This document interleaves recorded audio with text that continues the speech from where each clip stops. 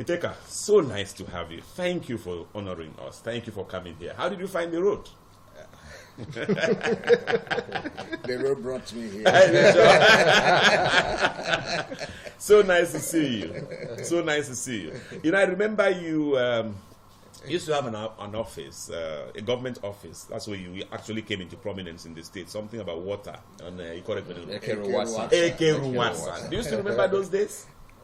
General manager. There's so much difference between you then and you now. It's still good to see you. So you're here to discuss Governor Umar at 1. It's his first anniversary. And we'll be looking at that. But before we get into that, my colleagues and I would like to wonder about your family, about you, about your work. How is the civil service? Thanks so much. Michael Bush. Francis, and Itoro. It's a pleasure to be here with you. And you people are doing fantastic work here. Amen. You know, to wake up so early and to keep Akwa Ibom people and beyond informed on programs of government. So it's quite a pleasure. Family, my name is Elder Effiong Essien, as you have rightly said. I'm married to my wife, Udwak, and we have 5 children. Whoa. Who are all grown up. You've been busy. I bet you don't look it. Don't look like somebody who's been busy like that in the other We also have a grandson. Whoa. Wow. So, as for family, you've already mentioned some of my background. Where I went for secondary school and the university. The civil service has been quite a pleasant place to work and rise up to the level that I am now, the head of the civil service of Akwa Ibom State. It's been a process, you know, from one rung of the ladder to the other for the past about 35 years. So it's been something quite interesting, gathering experience at one level, from one level to the other, and moving on steadily, you know, to get to where I am now. There's something Itoro Columba said, and I don't want him to forget it, so I'm going to ask that question. He just said in the lighter mood about organized labor, organized private sector. And so, what does that mean? Does it mean that the other private sector is disorganized? The public sector. Well, you have the civil service, you have the public sector, and you also have what could be called the private sector. Organized private sector, those ones you can say corporate, proper corporate organizations. Have government. Some of them that are run by shares ownership. Okay. While the public service has to do with the civil service and parastatals of government boards and agencies. That would, in simple terms, include the suburb, the primary school, the teachers, the local government system. That includes politicians. Is politicians part of the public service? Yes. Yes, sir. Yeah, they are part of the public service. They are the policy makers in the public service. Okay. Yeah. Itoro. Okay, so head of service, it's a pleasure to have you here once again. Like to welcome you. Now, let me bring up this. You are the civil service and a very proud product of the service at that. But oftentimes when we look back, it looks to me that those in that service seems to enjoy, too many benefits. For instance, you hear a civil servant talk about salary. The next thing he talks about leave grant. He talks about promotion arrears. He talks about pension. He talks about gratuity. maybe this is why over the years you hardly would find an epoch where the civil servants will have one reason or the other to agitate, for better welfare packages. Wouldn't you agree with me that your packages are just too many, and that's why oftentimes you don't lack what to agitate for at a particular time? Our packages are many. But they come in small in drops. They come in small doses. They come in drops. But basically, what the civil servants enjoy, those in the private sector also enjoy. Every worker enjoys salary, enjoys vacation benefits, enjoys retirement benefits or exit benefit, as the case may be. It depends on how it comes. Like I said, the civil servants don't make noise because we are many, and it comes in trickles. So not quite different. Apart from pension and gratuity.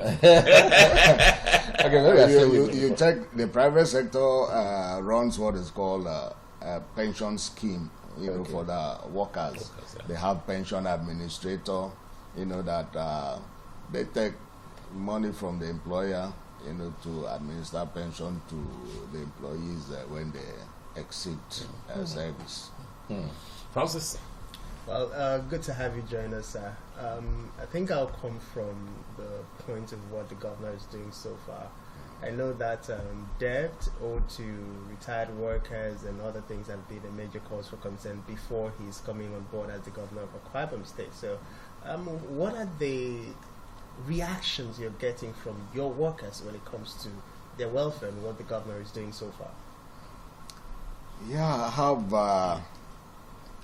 a reaction both from the serving workers in the state and the retired workers, because His Excellency the Governor, Pastor Omoino, inherited among us entitlements, especially gratuities and leave grants, to workers in the state. For the retired workers, he's been able to consistently put in money to pay gratuities to the retired workers, especially the primary school teachers. They were the most affected. The gratuities, indebtedness ran like from 2011, to when he took over. But consistently, every month, he puts in money, to help reduce this indebtedness.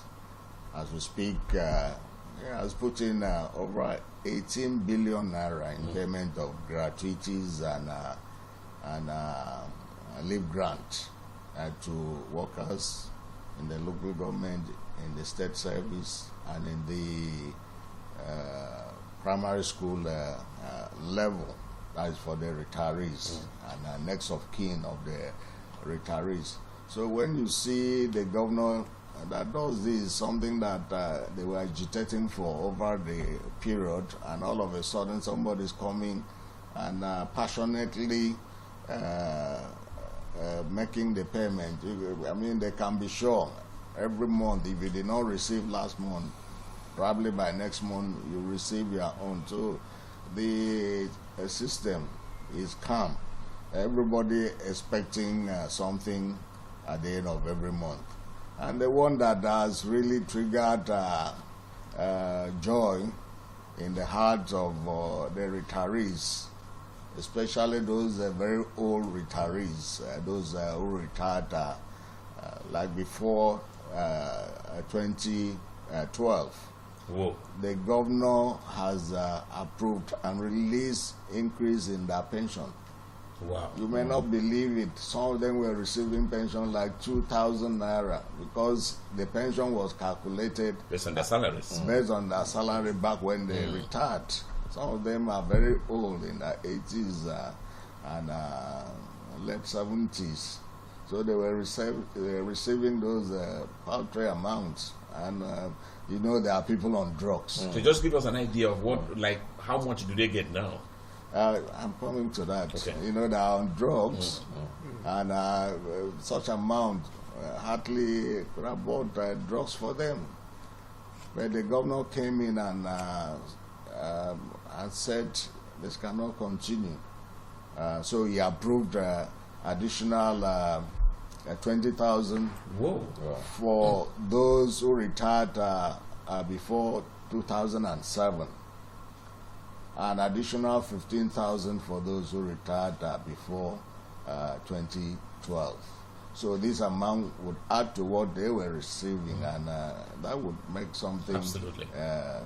different. So if you came to the May Day, first May that was the Workers' Day, you saw joy radiating from the face of those retirees. They were there at the stadium. They marched and they cheered the governor for doing this. Something that had been dragging over the years. He just came in and did that. So the workers, that is on the retirees, are so excited and so happy of Fantastic. the administration of Pastor Moino. For the workers in the service, there's nothing that makes a worker happier than receiving his salary regularly. Okay. His Excellency continues in this, and other entitlements of the workers are also paid.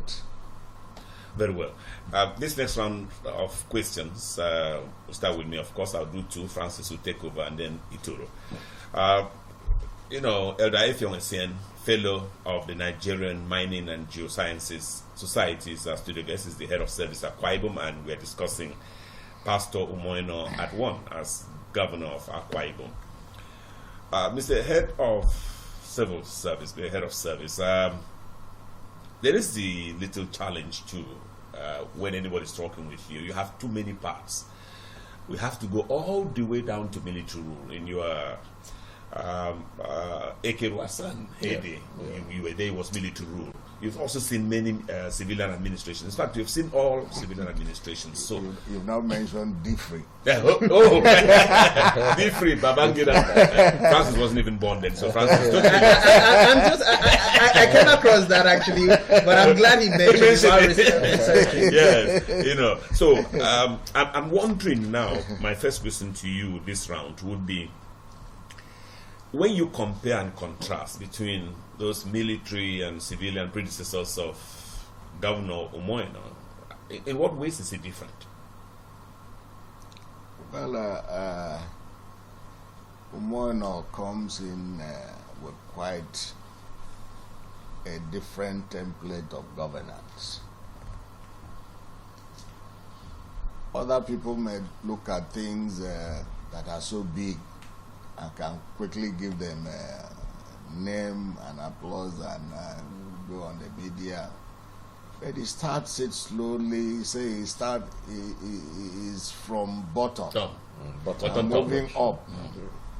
That's why he prioritizes rural development. That's why he goes down, to the grassroots to pick up things that touch the life of what I would say the commonest person in the community. That's why he initiates projects, that are very impactful to the rural dwellers.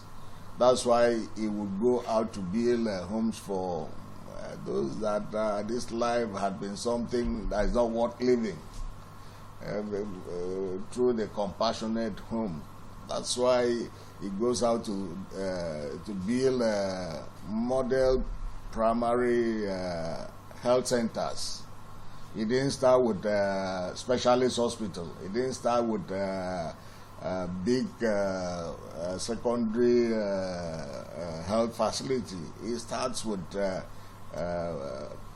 primary health care facility like the one we commissioned last week in Ibesigbo, Sultan. And when you see things like this, when you see the governor that is down to earth, touching, picking up children and embracing them, romancing old men and women, openly. I mean, it's something quite different from what we used to see.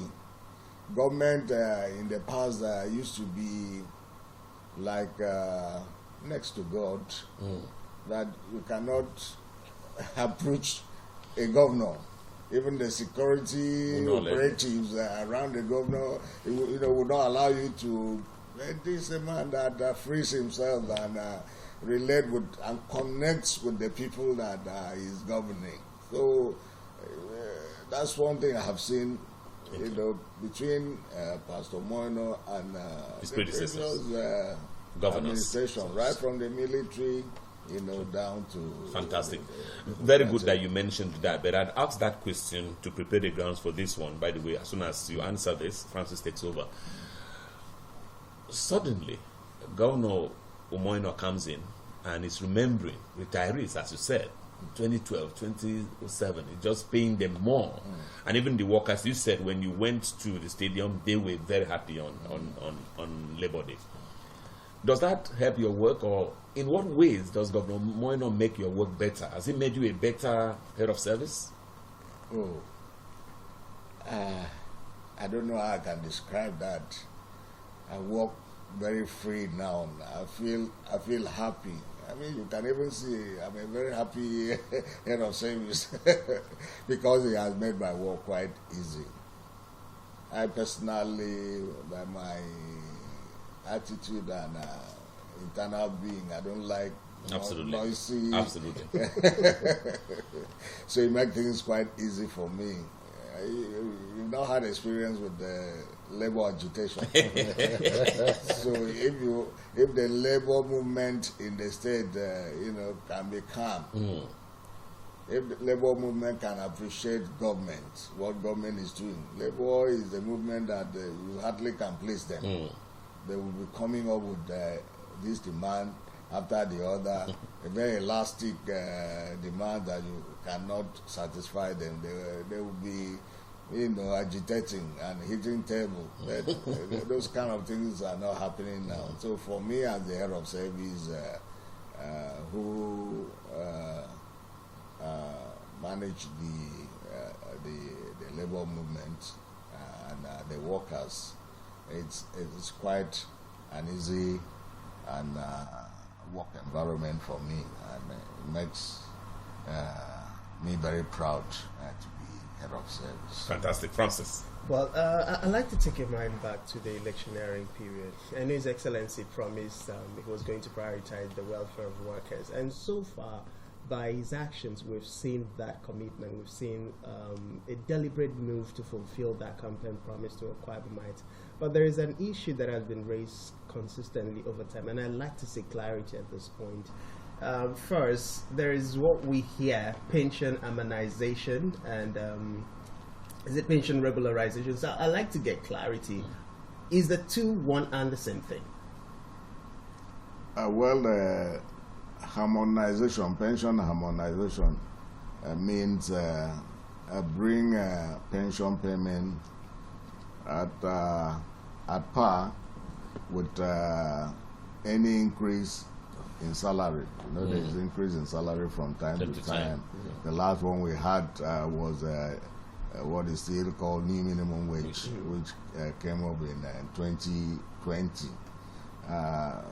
By implication,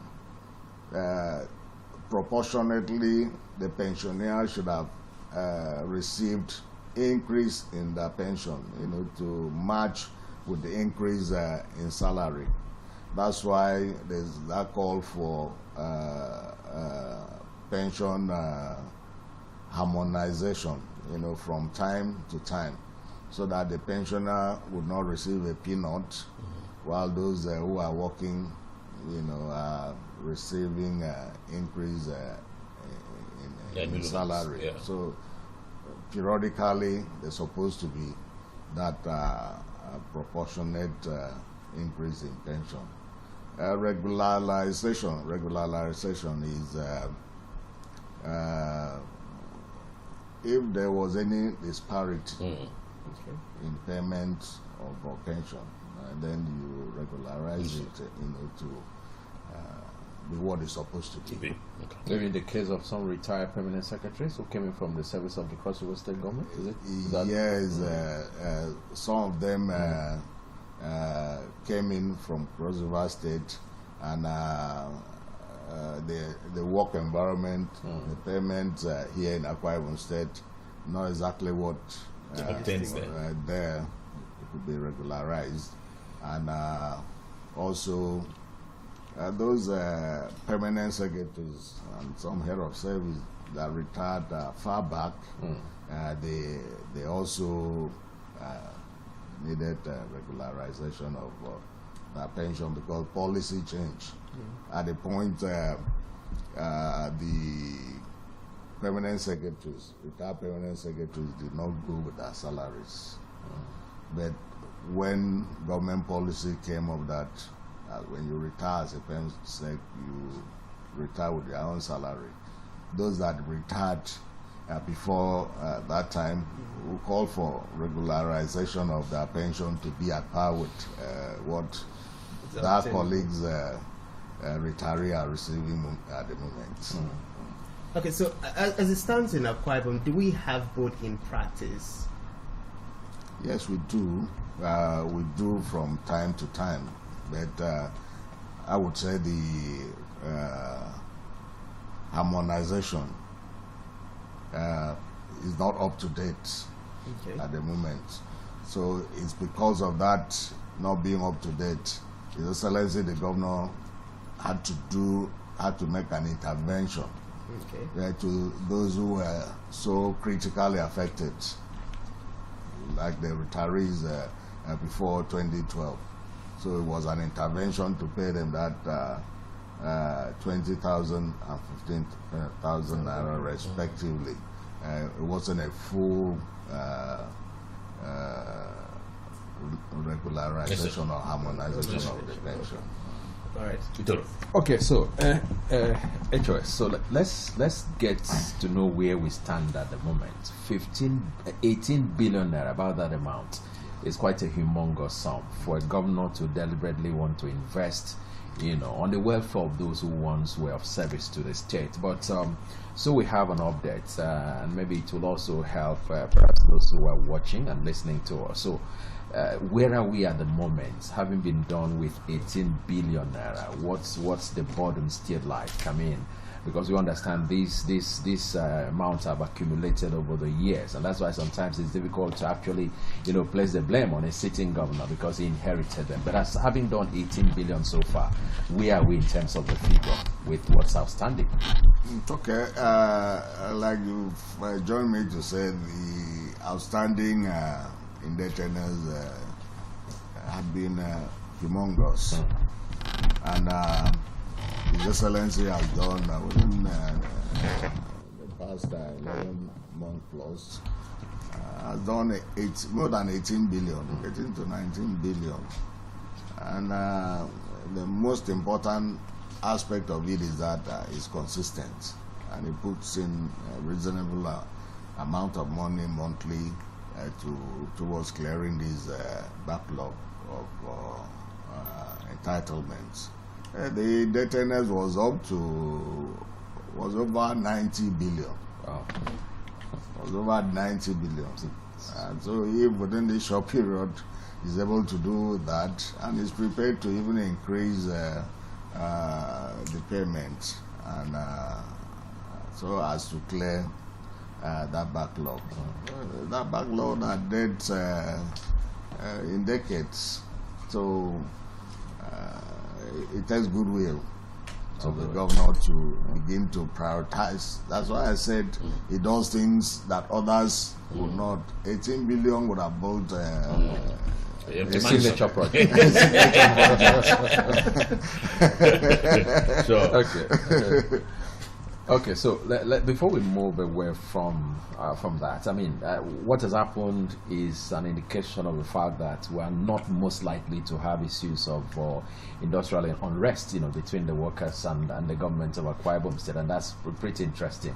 I'm sure that you would agree with me. But talking about unrest, I agree with you because His Excellency the Governor is a listening governor. Yes. Whenever Labour have any issue and they call his attention, he calls them. Sometimes in a way that you don't expect, governor will meet with Labour and address the issue. So most unlikely that you can have any Labour unrest with that kind of embrace and connection with the labor movement. Okay, before I yield anchor to he's a politician. Yes. Everybody needs to politician is doing Okay, so I actually would like to to bring up what worries me about issues of strike among the civil servants, among the public servants, sometimes, because I don't know where the medical doctors precisely belong, except for those who are in the employ of the state government. But it worries me that at any time something happens to a medical doctor, I know that there is this philosophy that an injury to one is an injury to all. But I'm not a medical. None of us here is a medical doctor. But I mean, we're not trying to be biased. I might never be.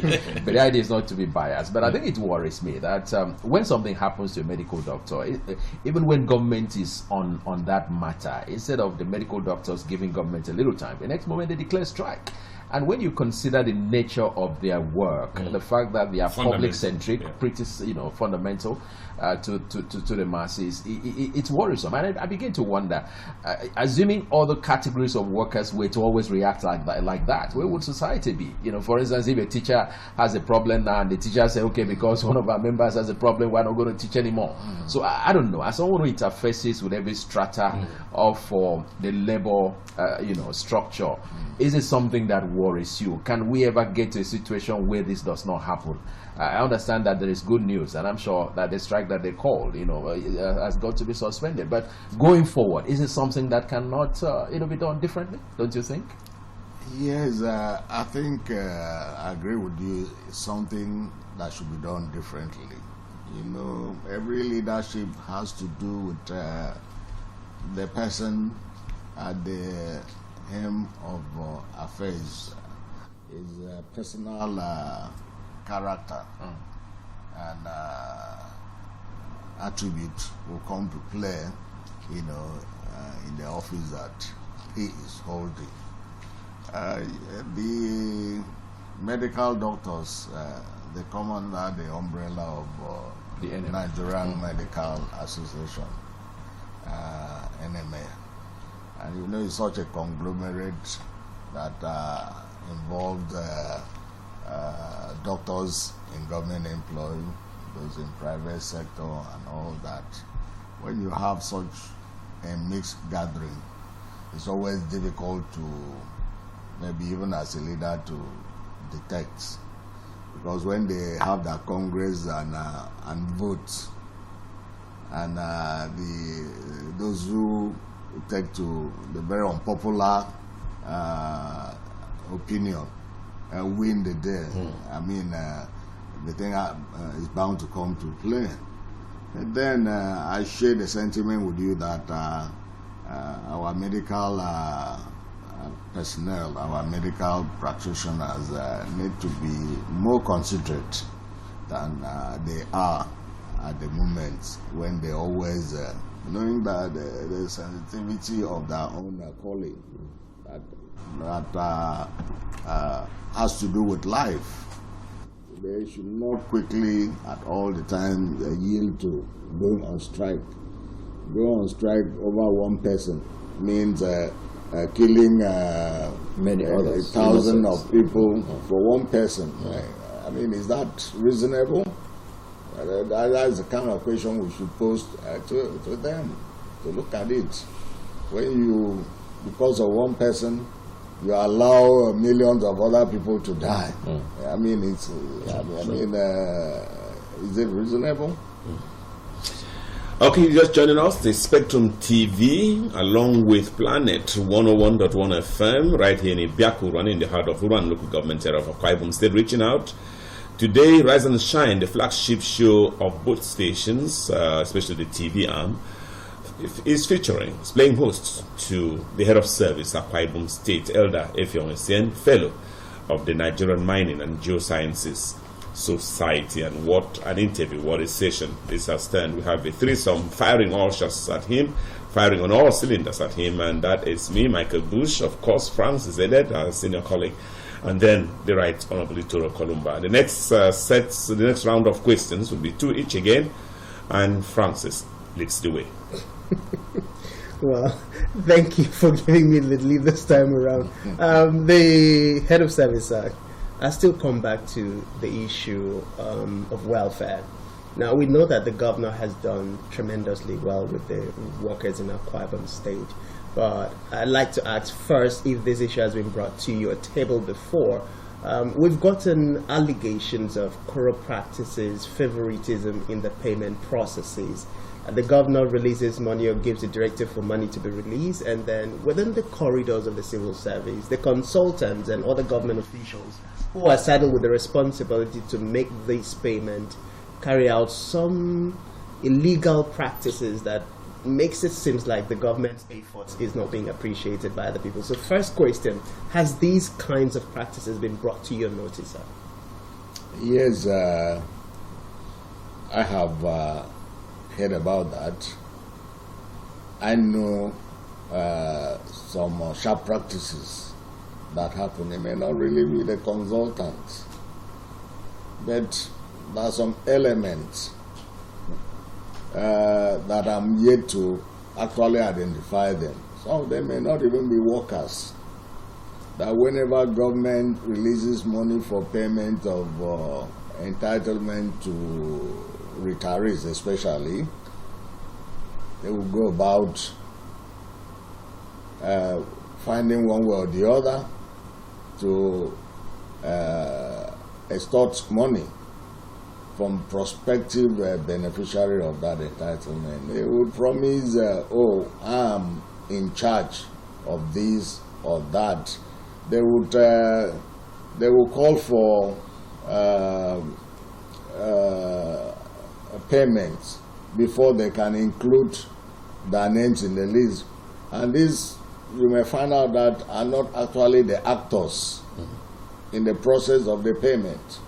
There are people who are just by the wings trying to catch in on that opportunity to extort money from innocents, even in employment. Somebody will call an unemployed, desperate unemployed person and working in the office of the head of service. I have connection with the head of service. In fact, I'm right before him now. If you credit this account, I'm going to obtain your appointment letter. In fact, the thing is not open to all. It's the head of service that is arranging this for his own special people. So just credit this account. These gullible people, would fall victim to this kind of arrangement. And this kind of situation will bring very negative report about the service and people who are in the payment process. They may not be involved directly, but those jobbers are the ones that generate the noise the most. Okay, I'd just like to ask, because I think on the 2nd of May there was a letter distributed to media houses by the letter was signed by Benjamin Benson, who's the secretary, and Elder Effiong, who is the chairman, Pension Right Advocates, Coalition of Pensioners, Next of Kins, Widows, and all of that. and they were the ones who alleged these sharp practices. So far, Head of Service, what steps are you taking to ensure that Akwa Ibomites, these retirees, are not being defrauded? Because they are losing even before getting the money. And like you rightly mentioned, some people get defrauded, they still don't get to be among those who are benefiting. I have always been on the media about this, enlightening the public, the workers, or those retirees, that they should not allow themselves to be defrauded by those jobbers. The funny thing is that for whatever reason, some of these people still allow themselves, we say they allow themselves to be manipulated, to be defrauded. Because even with those press releases, public enlightenment information, they still would allow themselves. And another thing is that they will conceal the information about even the person that has defrauded them. They will tell you, oh, if I mention the name, if I give you the phone number of the person, he can come after me, when investigation is done to the person. So they're not also even helping matters. Okay. Head of Service, can we take that responsibility up for you and get those details and then forward it to you? Please, I have always been asking for it. Okay. I've always been asking for it. Okay. All right, we have some virtual guests. The head of service, Akwa Ibom, Elder Effiong Essien, fellow of the Nigerian Mining and Geoscience Society, will be joined by at least 3 guests. We have somebody in the United States, an Akwa Ibom son in the United States, Enobo Omoite. We have somebody in the UK, Pius James Effiong, and of course somebody in Lagos from the continent of Africa, Dan Chris Ebia of Ikono local government area. They will have their own questions, they have their own perspectives, they have questions for the head of service. I know they have been waiting quite a while online. We'll just try to get them back. But let's go on. Okay, so Dan Chris Ebia is already there? Okay, let's have Dan Chris Ebia in Lagos. Dan, good morning. Okay, I thought I saw Dan. Okay, the moment he comes back, we can get back to him. But the head of service. Okay, Dan, I can hear you. Thank you for joining us. Yeah, good morning. A very good morning to you in the studio. Thank you so much. So we are here with the head of service, Akwa Ibom State, Elder Effiong Essien, who is a fellow of the Nigerian Mining and Geosciences Society. And we're just looking at Governor Umoino's first anniversary in office. You have questions from Lagos. What even is the feeling in Lagos about this administration 1 year on? For the people that I've had to speak with, they are quite happy. But before I go on with that, I must commend you for this program, because it gives us an opportunity like this to reach out to our governor, to those in governance, about how the true feelings of the people that it governs are.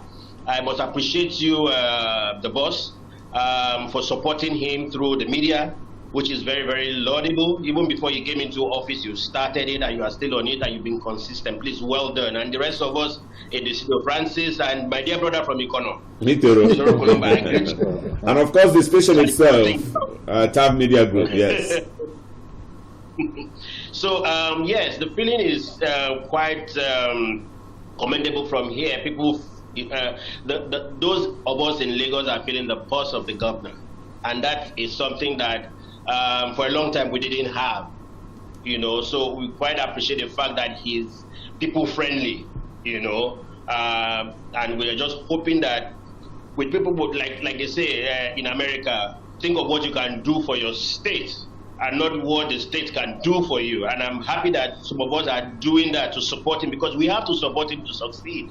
He is our governor, and if he succeeds, the state succeeds. And so I'm looking forward. I've done my own bit. There are quite a few things I'm bringing to the state, and of course, we have done that. You and I have done that behind with some of the intervention that he has had to, take on, and we appreciate that. We'll keep doing more.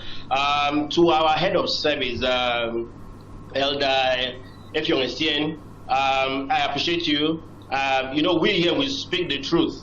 We take off from where the answer, the question from Francis concerning sharp practices in the civil service. 2-3 months ago, I had an experience in the civil service when I went with the widow who went to sign, I think what you call it, people, the blue paper and the white paper and the rest of them. And I could see clearly how some members of the civil service, and that they should they should watch this so that they don't spoil or affect the good works of our dear governor with what he's doing. A lot of people there are engaged in sharp practices, and these are things that I have experienced, life there in the civil service, where a widow came to, sign papers for monies to be paid to a lost husband and somebody who was very prominent in the civil service, and then they were asking for money. They made it so, I couldn't contain it.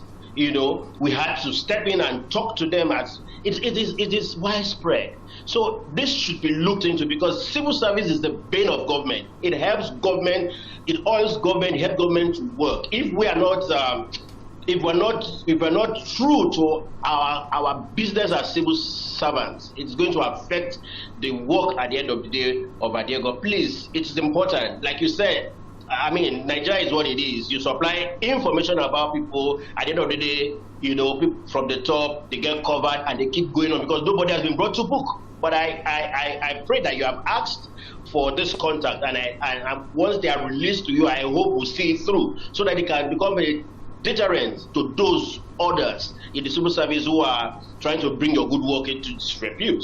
So that's from my perspective. Thank you, Dan Chris Ebie, Movies of Nollywood, and the head of service will now take you on. Thanks so much, Dan, my brother. I appreciate your comment, your observation, and I would plead that whenever this kind of observation is made or occurrences occur, take place, the office of the head of civil service should be informed. It may not be a formal information, even if it's privately, so that we can take up some of these issues and bring to book those who are perpetrators within the system on these. You cannot rule out having bad eggs in any system, so some of these things are not brought directly before us for necessary action. Service, the state public service is run by rules. Anybody that runs foul of the rules, there are disciplinary procedures to take care of such situations. Thank you. Okay, Dan, Chris Ebie, in Lagos, we just must allow you. There's still tomorrow, there's still another day. From then, I think we'll be going to either the UK or the US in a moment. But back now in the live studios, the head of service, Akwa Ibom State, Elder Effiong Essien, fellow of the Nigerian Mining and Geosciences Society, is still a studio guest. And my own next two questions. Number one would be, when does the civil service employ? How does the common man know? Are they even formal windows, or it just happens? Civil service or public service employs as when need arises. They do arts. They do. Every employment is advertised, and these days of social media, before you know it, you see it everywhere. Even the fake ones, you see it. So every employment is always made public, and people apply for the employment. How would Akwa Ibom people know that this is a fake employment call, invitation? Whenever we notice any such fake, like about a month ago, somebody would just go and copy adverts that was done for employment about 2 years ago. Whoa. Place it again on social media, and people will be running up and down. So when they ask, I will also make publication. Like this last one, the Civil Service Commission made publication. My office made publication that that advertorial, I mean, is a fake one. Okay. Whenever we have. Does your office have a phone number too that people can call? Because I think it's necessary for your office to have a standard phone number. People can just call. Anything you have, we put it out in the media. You need anything in the civil service, in the public service, call the head of services office. Okay, we'll put that up. It's important to have as that. part of the. Well, I don't know what I've taken my own 2 questions, but if I have, it's my younger brother who taught me those bad manners. So but let's move to something else before Ito himself will take over from me, and that is about salaries, about increments. Periodically, there are increments, sometimes called by the federal government and all of that.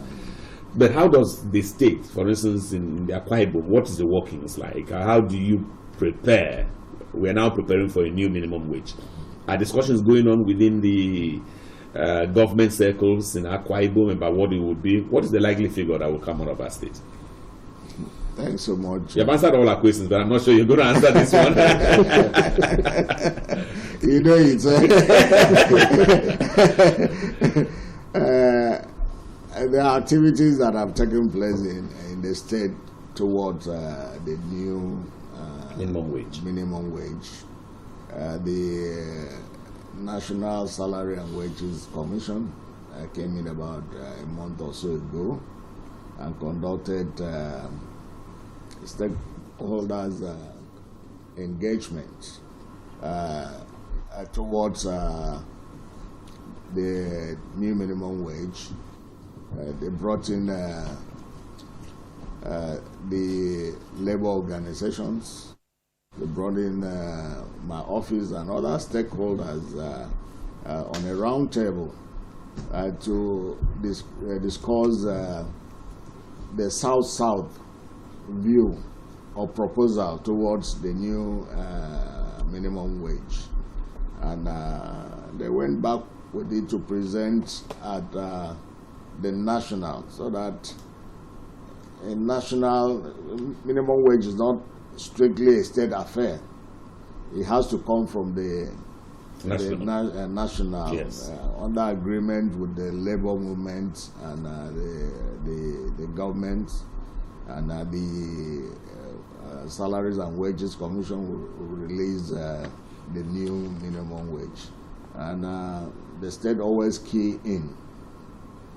The state always or states always domesticate that.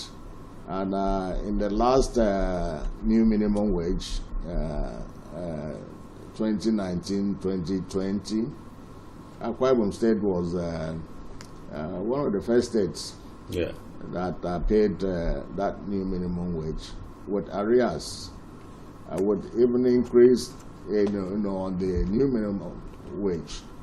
So I expect that this time around that the state, even with our governor in its nature, will not be different from the previous arrangement. So, but are you already looking at a particular figure? Not yet. Okay. When we don't have a figure from the national, we work on the figure from the national. Itoro. Okay, head of service, let's flip the coin. To whom much is given, much is also expected. The government for Pastor Oman has done so much, for the labor force. And someone said a while ago, before you hear the state chairman of the NLC, the state chairman of Norge openly pressing the governor, and TUC openly praising the governor, then that governor would have been exceptional. But let's look at issues, that should also emanate from the civil servant, the public servant by extension themselves. Oftentimes you hear people complain of civil servants or public servants not being on the duty post. A while ago we talked about corrupt practices, within the service, and sometimes it bothers me that someone who knows that a time will come that he will also retire will sit, for instance, on the file of someone who has retired, or would demand money before he could be of help to somebody who has already retired. So issues relating to corruption, issues relating to truancy, issues relating to irregularity at a duty post, wither the place of discipline. We understand that the processes leading to, for instance, expelling somebody from the civil service is pretty rigorous. But how about those disciplinary measures that are supposed to make them sit up? Having benefited this humongously from this government, wither the place of discipline, head of service? Yeah, thanks so much. This is very important as far as this discussion is concerned. We have carried out enlightenment to the civil servants, the public servant, concerning attitude to work. And we also do what we call the public service monitoring. From time to time, we go around to ensure that people at workplaces where we find some wanting, we also make out disciplinary action on them. And in civil service, you don't beat somebody. You have to initiate a disciplinary process and get to the point which can lead to dismissal. Some people have been dismissed from service. Sometimes you may not hear all these things because they are not in the public domain. But every time any worker is, we follow through disciplinary action. We start disciplinary action. We start from the MDA that the person works. It will get to the Civil Service Commission where senior staff is involved, and there are so many disciplinary cases and actions that have been taken by the Civil Service Commission on the workers. Because they are not in the public domain, one may think, oh, they don't do anything about this attitude. The service abhors this kind of attitude, and a whole long list of malpractices that the service provides disciplinary action against. So every misconduct in the service, whether it's a minor misconduct or a serious misconduct in service, is not accepted. The rules do not accept this misconduct, and we try as much as possible to discipline the staff. And to add, I also want to appreciate the plans of His Excellency the Governor to make a steady light supply, power supply at the State Secretariat, which is the epicenter of the service. When you have a steady light, people would be able to sit at the table or the work post and have something to do. Sometimes frustration of not having power to do one thing or the other, could make somebody to, as a human being, to move out and, begin to loiter around. But with the plans of His Excellency, to have a gas-powered power supply at the State Secretariat that will guarantee 24/7 power supply at the State Secretariat would help us to curb the misconduct of the servants. Okay, before I hand over to the boss now, that's like the stick approach. How about the carrot approach in terms of rewarding those who are exceptional? For instance, you hinted a while ago. that you still do the monitoring thing. I recall it used to be, if you are exceptional, you get a certain amount of money. If you are not exceptional, you don't get anything. Now, that which the media was involved in. There used to be a committee headed by one of your permanent secretaries, Yes. who on a regular basis would do unannounced visits to some offices, but we don't seem to see that much of that in the media space. And I could also recall there used to be a time where the service used to organize productivity merit award, series. I think back in those days, sometimes they will even draw people from outside the public. I got one. I got one myself. Yes, So we don't seem to see that of late. So how about rejigging that and reinvigorating it to serve as a means for rewarding those who are exceptional? Is this something you've been thinking about? Yeah, it's true. For some years now, we've not had what we call civil service week. Yes. It used to be a week-long activity that the civil servants are celebrated. Some are rewarded for hard work. I'm even a beneficiary of such. This year I've benefited about 3 times in service. But His Excellency the Governor, we've discussed this, His Excellency the Governor is prepared to reinstate that award. But on the other hand, in somehow subtle manner, there is also a reward process in the service through special promotion, through acting appointments.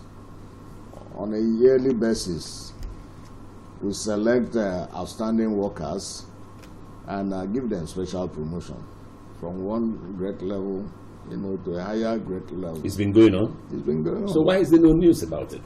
Well, it's not every process of the service that is. Because it would seem sometimes as if there is no reward. That is on the news, and this happens yearly. And some people are given acting appointments, has to cover duties for permanent secretary when a permanent secretary retires, and while expecting a new permanent secretary, you are given that acting appointment or acting position to hold, and this has been going on. Okay. And, fantastic. Okay, another round of 2 questions will start from me, and let's just say there's a number on the screen. I think we can steal in a couple of calls. For the radio audience, the number is 0704 541 7707. So it's 0704 541 7707 if you want to call in, and we're just going to give about a 10-minute window for phone calls. But while waiting for that, head of service acquired state, and thank you again and again for waking up this early with us and for coming here for doing this. There's so much enlightenment, so much sensitization that you have done. But let's talk in critical details about Governor Umoino's first anniversary. What projects? I know you mentioned something quite profound when you said, look, this one is bottom up. The governor does things from bottom to the top, and that even those things that might seem as insignificant, that's what this governor is doing, and it's touching lives. So what has this governor done so far that really, really impressed you? Well, of course, you would expect to hear from me. Absolutely, the hospital in that local government area. Absolutely. Not even that. You expect to hear from the head of service things that His Excellency has done for the civil servant, the public servant of Akwa Ibom State. The one that excited me most was last December when His Excellency announced and paid 13-month salaries to workers. That was tagged Omo number. He paid this when workers did not expect, because for a very long time they never had this kind of benevolence. And this came at that very critical time that the hardship that was around the corner, and the money came, and my workers were so happy about it. There are a number of things. We had awaited service exams. He came and brought money that those exams should be conducted. As we speak, we don't have arrears of those service exams. The one that is called HOS, administrative and professional staff examination, and even the one for other civil servants exams and processes that will lead to that confirmation, that will lead to that promotion. They release money for these things to be done so that we do not have arrears. And as we speak, we not also even have arrears of promotion. In the state, he has released 2023 promotion, and all these things are things that make me so excited and so fulfilled as the head of service. Wow. Fantastic. Then the other part, my second question, I hear we have a number of calls waiting for you. We'll try and take those calls as we get them back. While waiting for the callers to start raining in, my second question will be about when the governor recently said something about one-off dressing allowance for teachers. What does that mean, one-off? He said particularly concerning primary school teachers.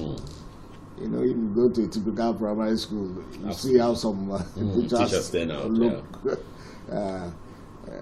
You may wonder how are these government workers. So he said he will provide one of dressing allowance for primary school teachers.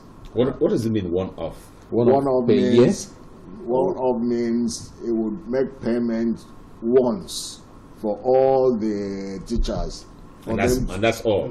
For them to improve on the work. It's not yearly? Not yearly. Okay. Right. I think we have a call on the line. Good morning. Welcome to Rise and Shine. Okay. We lost connection there. Yes, we lost connection. We didn't lose the caller. Yes. Okay. The caller is still alive. Francis, take over. Okay, so still on that. Yesterday, when the boss and myself were on this very issue, I had asked, or should I say, proposed. We know that the take home is not even enough to take some people home when it comes to the civil service, for instance. Okay, so we'll have to take this call before I continue with that question. Good morning. Welcome to Rise and Shine. Hello, good morning. Okay, I think the network is meddling there. So my advocacy head of service would be, is it possible for His Excellency, through your office, or can you put that as a proposition to the governor, to have not just a one-off wardrobe allowance for civil servants, but maybe something that can be done yearly? Francis, as a way of helping Francis, out. did we propose this to the governor? We didn't propose it to the governor. No, but since he has started and the advocacy is on, can we have something like that? I need to inform us that there are some relevant... Okay, this caller. Please hold that. Good morning. Welcome to Rise and Shine.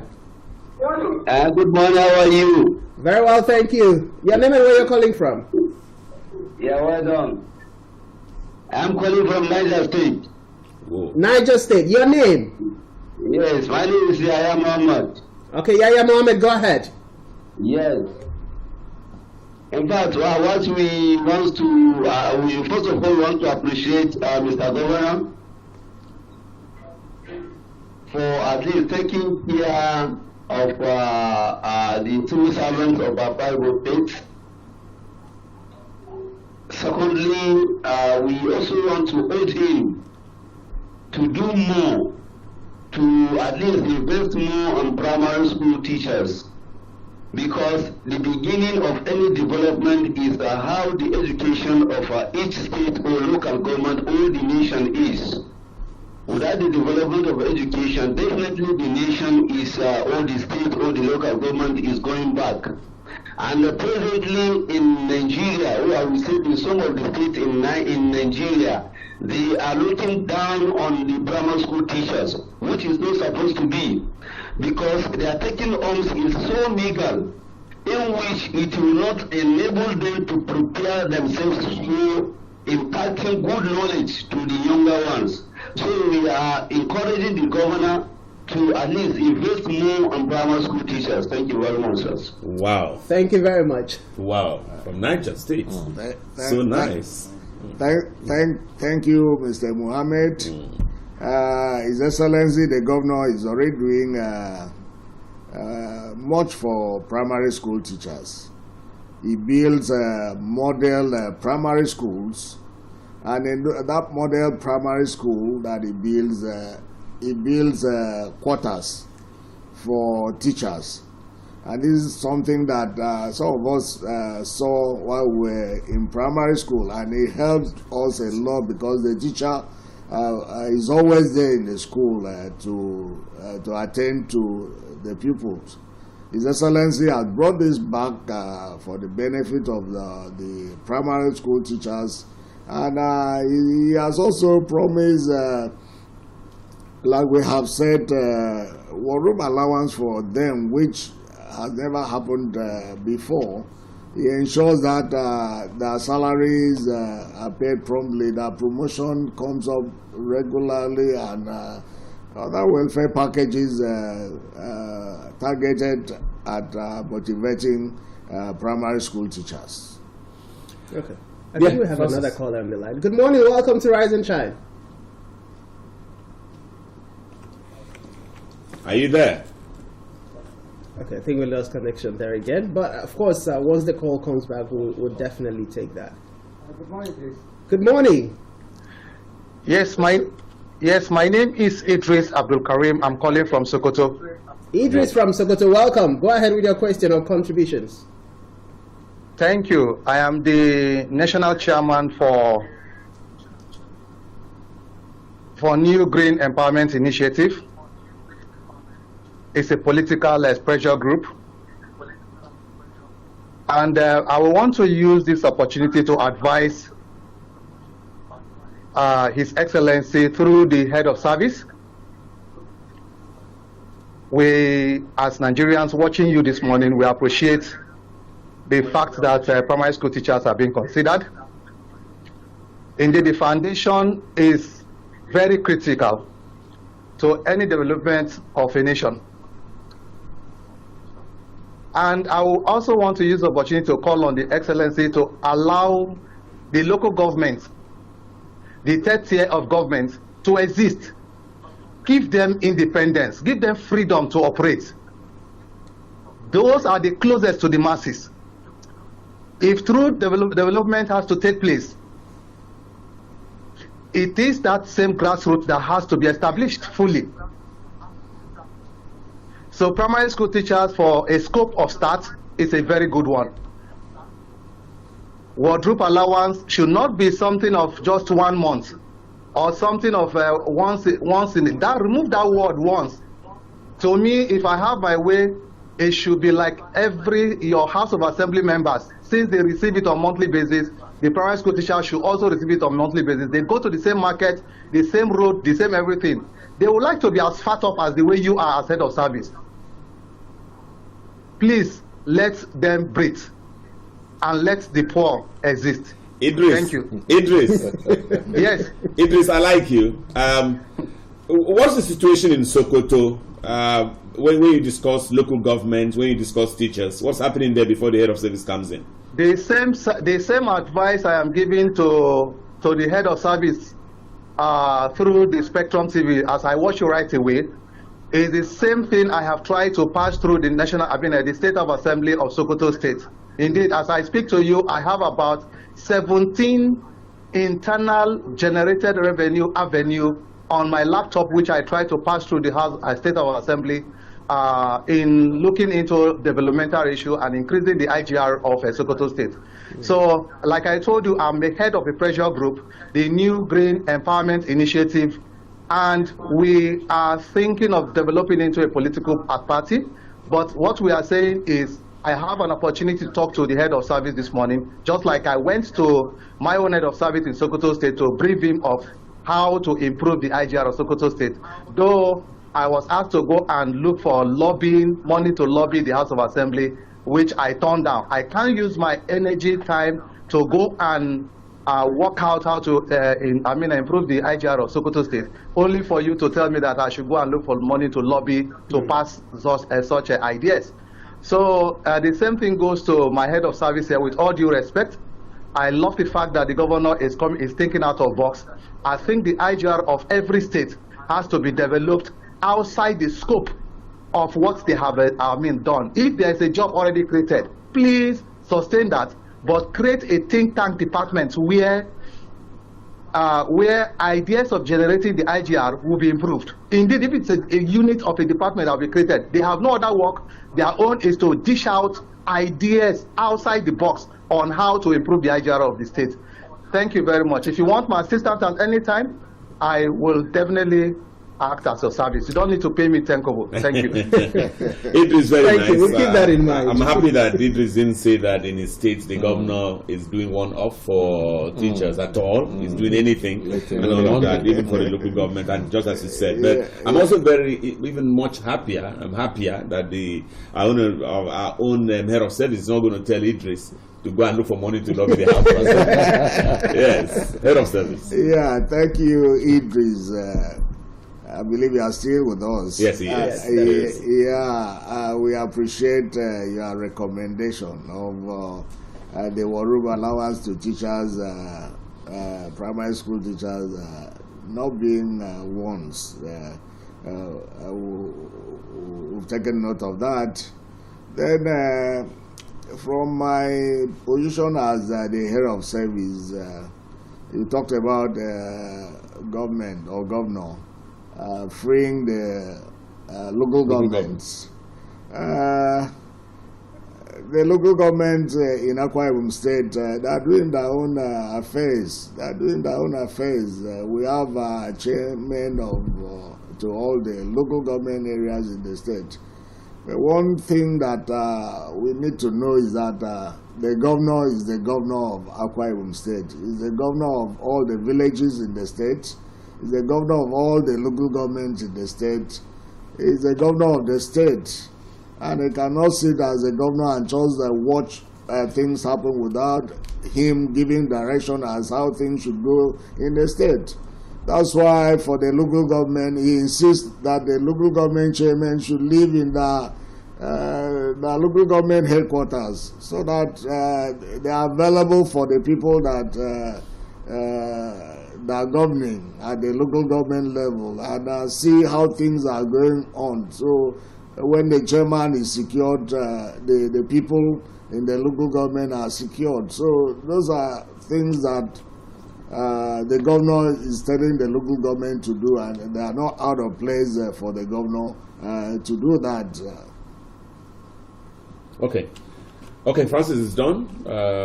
We just need to be looking at. I'm waiting for Inobong Omoite. He's supposed to join us live from Wisconsin in the United States of America. As he comes, we'll still be waiting for him. We also look forward to taking some SMSs and WhatsApp messages as they come. We'll take them. Itoro, you want to shoot? Yes. Okay, so let's talk a bit more about the leadership style of the governor ahead of service.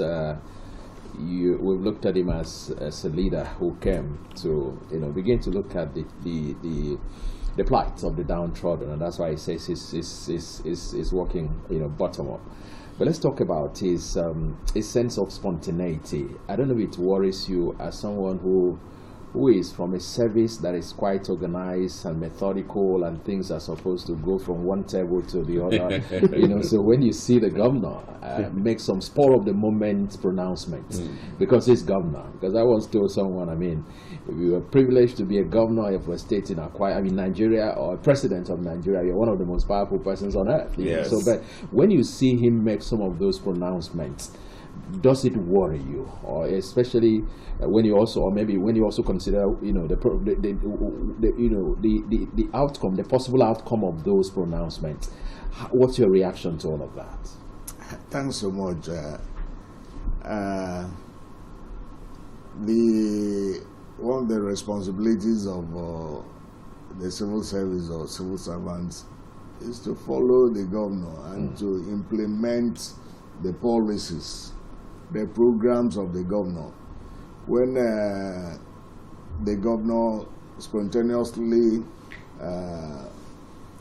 announces or declares that this should be done, it doesn't mean that electronic transfer has been done.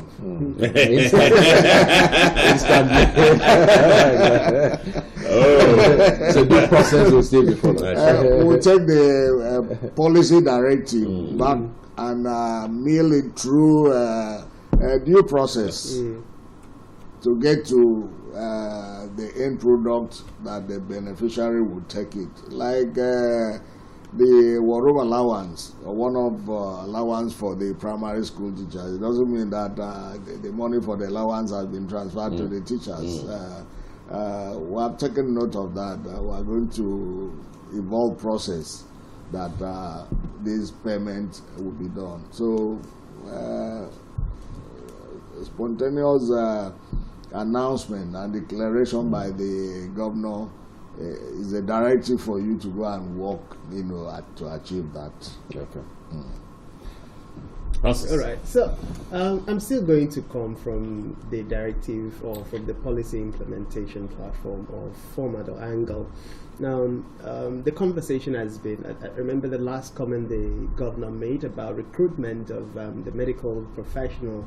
He said the exam is going to be computer-based. So I'd like to ask, what is the plan? Because we're talking about digitalization now.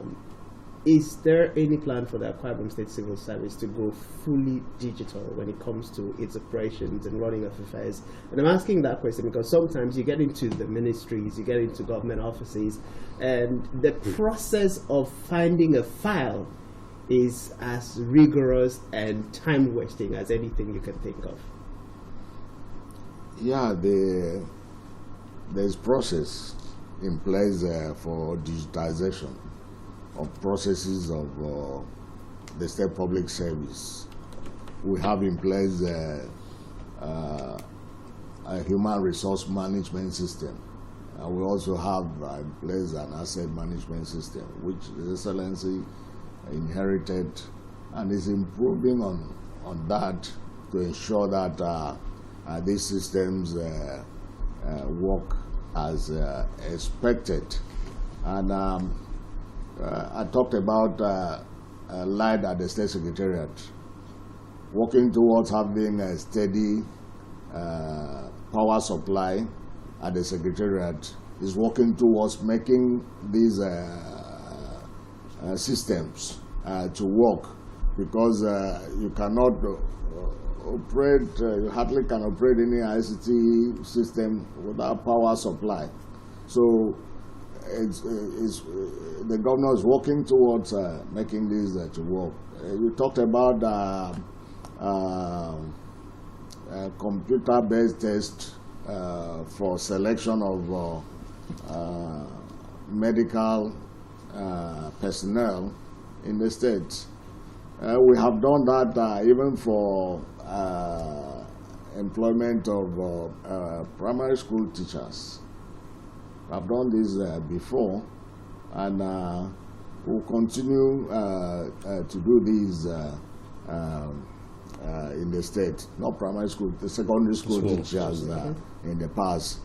And His Excellency is bring this up as a requirement, and it's such a transparent process that, and the way His Excellency has improved on it is that you get a result instantly, so that you not go back and begin to bring one influence or the other. No quota system. When you pass the exam, you have passed the exam, and you know you have taken. Okay. Although some candidates, when they when they failed the exam, they would go and tell the relation that I did so well, I scored 100 over 100. And the computer failed.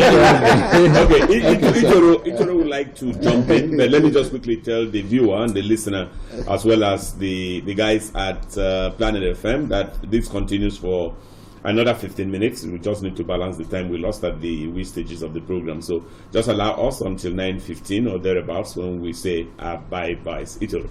Okay, yeah, so let me leverage on the answer you just gave to the last question that he asked. Now, so that's for the other category, the lower categories of the civil servant. Let's look at what happens at the level of the permanent secretaries. I'm sure you'll agree with me that we must commend the template that the immediate past governor brought to fore when permanent secretaries, potential permanent secretaries, have got to be interviewed. I'm sure that was the first time during the Dikinodomi Mayola administration that we started, experiencing that template. Only recently, about 12 permanent secretaries were selected. I'm persuaded to believe that the governor has followed, that trajectory. But I must commend the process, because unlike what happened in the immediate past, someone that I know is one of the appointees, one of those selected, said, the result came out the same day, and that lends credence to what you said a while ago. But I'd like to find out, why is it that, except I'm not correct, why have you not been able to deploy them almost 2 weeks after they got selected? What's holding, the deployment? Thanks so much. I want to assure you and let you know that the process for selection and appointment of the 12 permanent secretary was done through personal interview of the governor. We had about 32 candidates. He personally interviewed every one of them. At the end of the day, he marked all of them, and those who had the score that allowed selection of the 12, which were the vacancies that we had, passed through that process. So it wasn't just a given thing. After the initial selection, to propose candidates from my office, the governor personally interviewed them. Yes, the slight delay in that posting has been because of activities on the state the past 1 week or so, but I can assure you that as I leave this studio, I'm going to release the postings. No, but that is breaking news for us. So if you already have it, you can now start saying, okay. So it's breaking news. So the permanent secretaries are going to be, and all of them are clearly listening to their head of service, and so they are waiting for it. And it's not only the new permanent secretary. Okay, there's going to be some movement. Okay, so it's so much. But it's still quota system. I mean, as we speak, I'm sure every local government area has a permanent secretary. In the course of selection, attention is always paid to local government without permanent secretaries. Okay. So that would be the first line check to ensure that there's that equality of local governments having permanent secretaries. But where in a local government that you do not have a qualified person to be appointed as permanent secretary, you cannot force it on just anybody. Okay. So the local government will be considered next time. The process is also undertaken. Okay, still talking about permanent secretary, I'm just even wondering, but we are told that Dan Chris Ebie is still on the line, and I don't know, Dan, you've been listening to the head of service, 9 o'clock to the minute on a Tuesday morning around the world here from Akwa Ibom State, Nigeria. Dan, you have any more to add? Something else to say?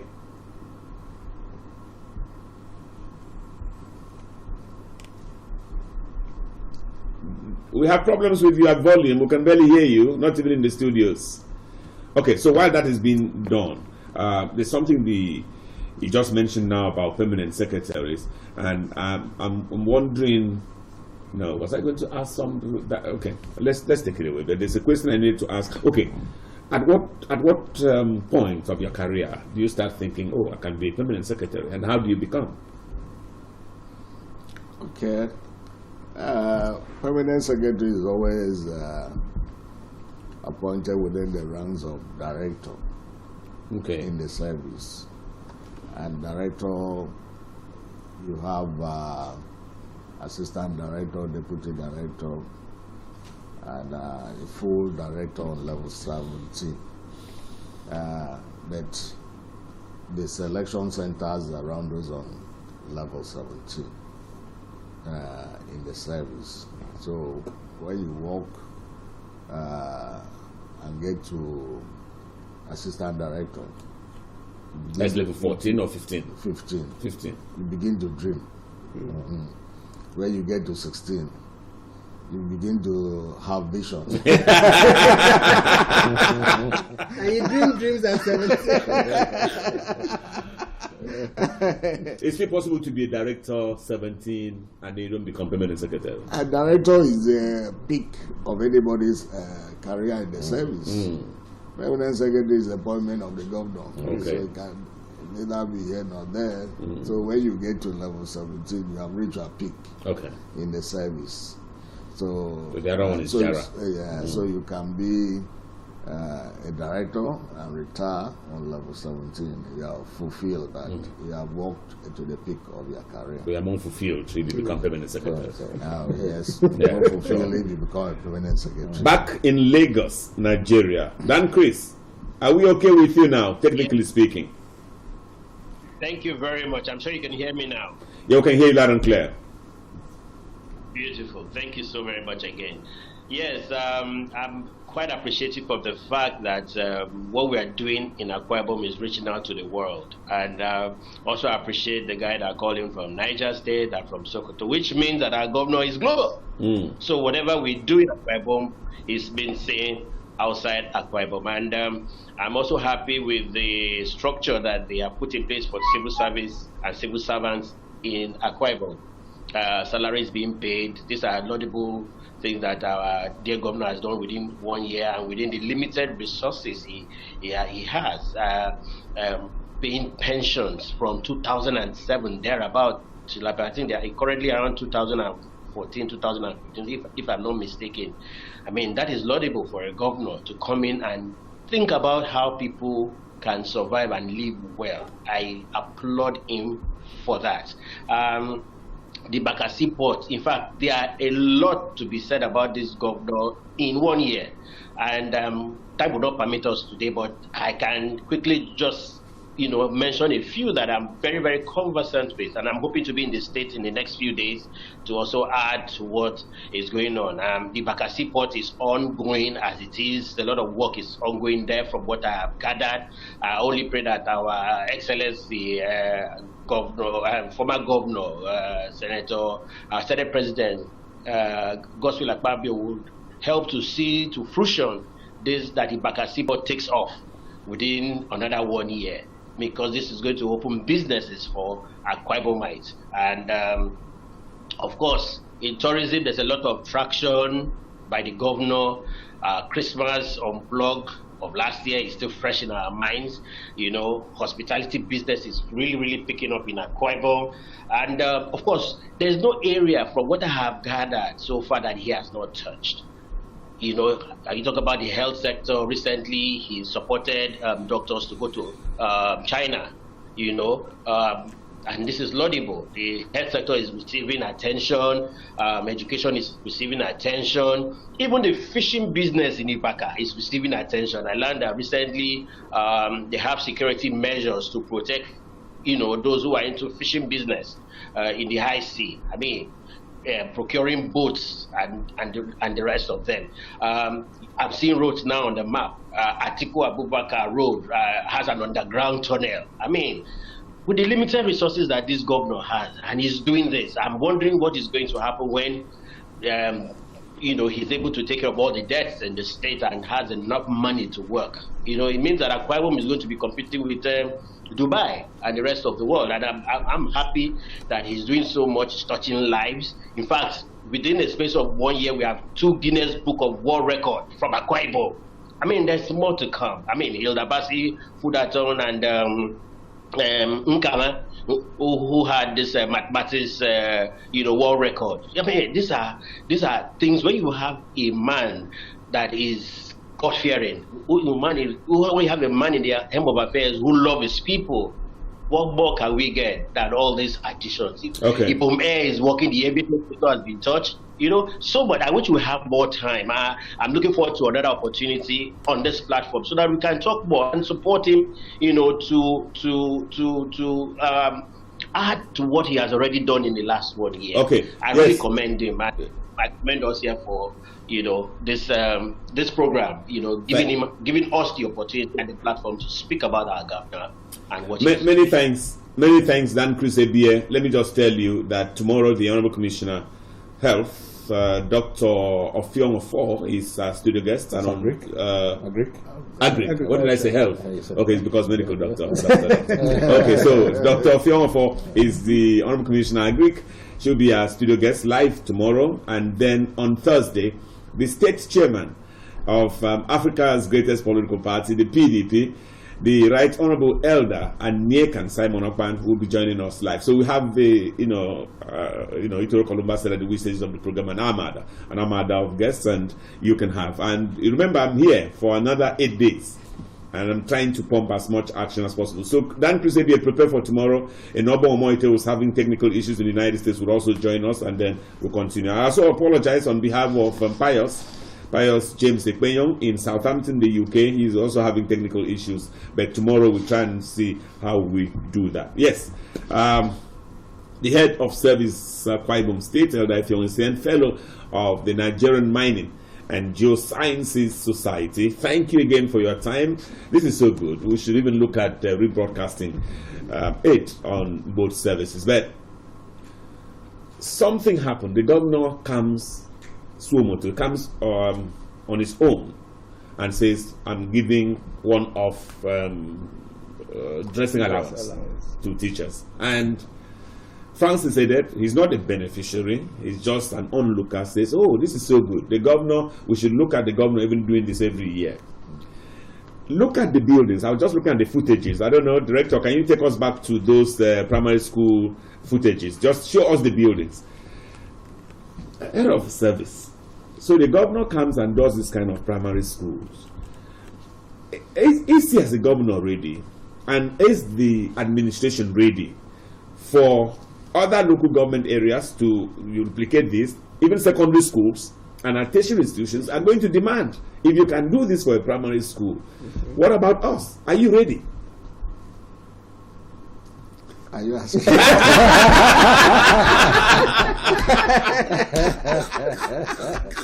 Oh no! Because who else would we ask? How can this be a primary school? I think